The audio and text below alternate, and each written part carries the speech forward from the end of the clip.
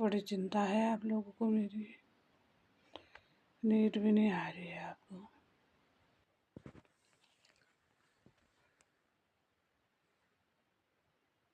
कभी सोचा है तुमने,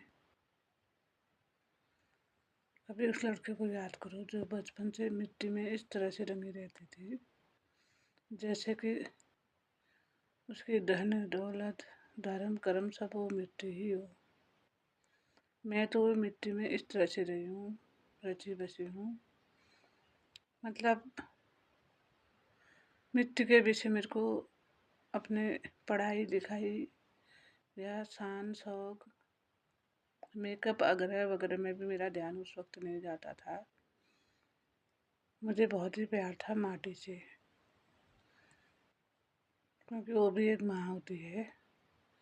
अपनी माँ से प्यार था, इसीलिए रात दिन खेतों पर मरी रहती थी। लेकिन जो मिट्टी है वो भी एक माँ होती है, उसके साथ भी अच्छा ही था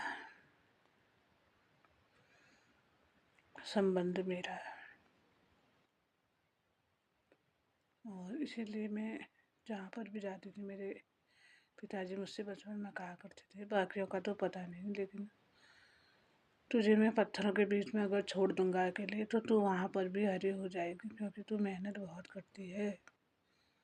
इस वक्त आज मुझे सवेरे सवेरे याद आ रहा है, हाँ पापा ठीक कहते थे।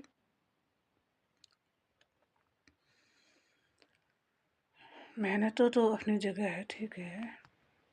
हम मेहनत कहीं भी करें, मिट्टी में करें या किसी और काम में करें, जिस काम को हम मेहनत से करेंगे वो हमारे लिए कुछ ना कुछ फल देता ही है। और अकेले मेहनत से तो कुछ होता नहीं है, मेहनत के साथ थोड़ी बुद्धि भी चाहिए, लगन चाहिए, थोड़ा बहुत पैसा भी चाहिए और अपनों का सपोर्ट भी चाहिए। बदकिस्मती ये है मेरी कि मेरे अपने लोगों ने मेरी मेहनत पर खूब ऐश किए, खाना खाया, अनाज खाया और अपनी पढ़ाइयाँ पूरी की, अपने शौक़ पूरे किए। और समाज में कभी इतना भी नहीं कहा कि हाँ करती थी, ऐसा भी नहीं बोल पाते हैं, क्योंकि वो अपने हैं ना, वो क्या बोलेंगे। आज आ रहा है मुझे, और इससे पहले कभी नहीं सोचा मैंने।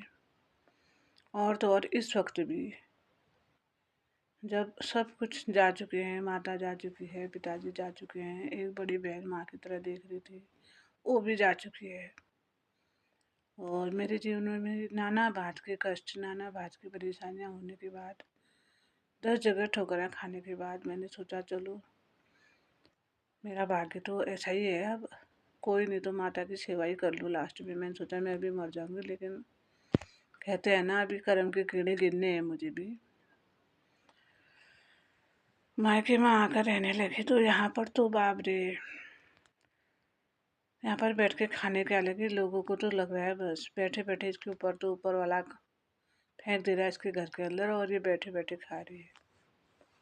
मतलब तुम लोगों के पास आंखें तो है ना, मैं किस हाल में हूँ, किस तरह से अपने काम कर रही हूँ, कैसे संभाल रही हूँ, कैसे खड़ी हो रही हूँ, सब कुछ पता होने के बावजूद भी तुम लोग अजीब सी नज़रों से देखते हो। ऐसे देखते हो जैसे चोरी करके खा रही हूँ। मेरे पिता का घर है, जो मैं एफर्ट कर सकती हूँ अपनी तरफ से कर रही हूँ, जो मेहनत मैंने करनी चाहिए वो भी कर रही हूँ। पति गुजर गए हैं तो अपने पीछे थोड़ा बहुत जो कुछ छोड़ के गए हैं, उनकी कृपा से आज हम अनाज का 2 टाइम का अन्न खा पा रहे हैं, 2 रोटी आराम से अंदर खा रहे हैं। तो इस पर तुम लोगों को इतना क्रोध क्यों? तुम्हारे बच्चों का हक तो नहीं खाया, तुम्हारे माता पिता को लूट के भी नहीं खाया। हम्म। रही बात मेरे परिवार की, तो मैं अपना परिवार बचपन से कहती हूँ, मेरा एक डायलॉग है, मुझे इतना ज्ञान तो नहीं है कैसे संभाला जाएगा, कैसे क्या होगा, कुछ मेरे समझ में नहीं है, लेकिन फिर भी मेरे मुंह पर हमेशा ये शब्द रहता है कि मैं संभाल लूँगी, अपना परिवार संभाल लूँगी, क्योंकि जो इंसान अपना परिवार संभाल ही लेते हैं फिर, है ना। अपना परिवार संभालने के लिए कहीं पर गुस्सा करना पड़ेगा, कहीं पर बोलना पड़ेगा, कहीं पर लड़ना पड़ेगा, तभी तो परिवार संभलेगा ना। हम्म। कुछ अपनों से नाराज़गी होगी, किसी से झगड़ा होगा, किसी के साथ में बोलचाल बंद हो जाएगी, क्योंकि वो लोग सही रास्ते पर नहीं होंगे तो कैसे होगा। हो सकता है मैं भी ना हूँ सही रास्ते पर।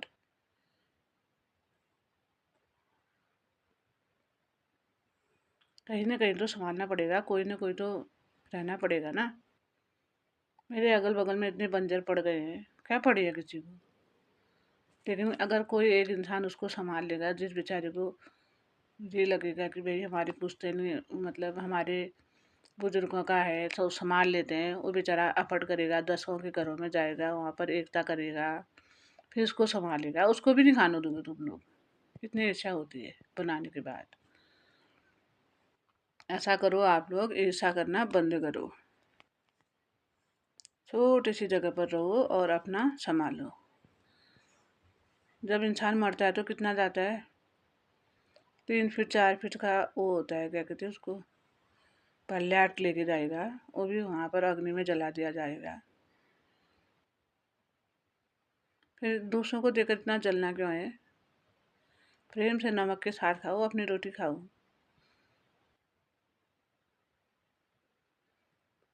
जीवन का अभी इतनी इतनी उम्र हो गई है मेरी,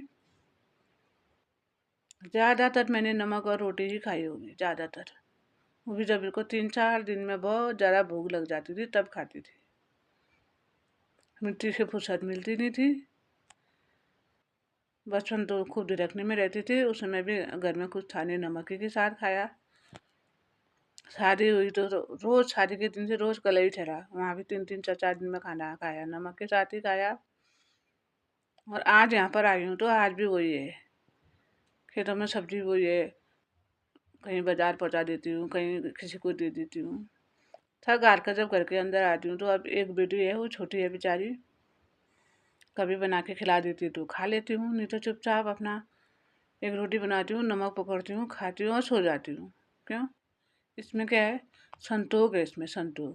अब तुम लोग खाओगे खूब, चिकन खाओगे, बिरयानी खाओगे, पनीर खाओगे, लेकिन देखोगे फिर भी मेरी तरफ, तो फिर कैसे होगा। कैसे होगा, आपको शांति कैसे मिलेगी।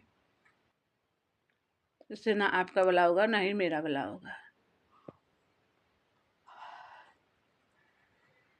इसलिए शांति से रहो, शांति से रहो, अपने घर पर रहो, अपना संभालो। यहाँ पर कुछ आपका है तो आओ और उठाओ और लेके जाओ, मेरे को कुछ लेना ही देना कुछ नहीं है।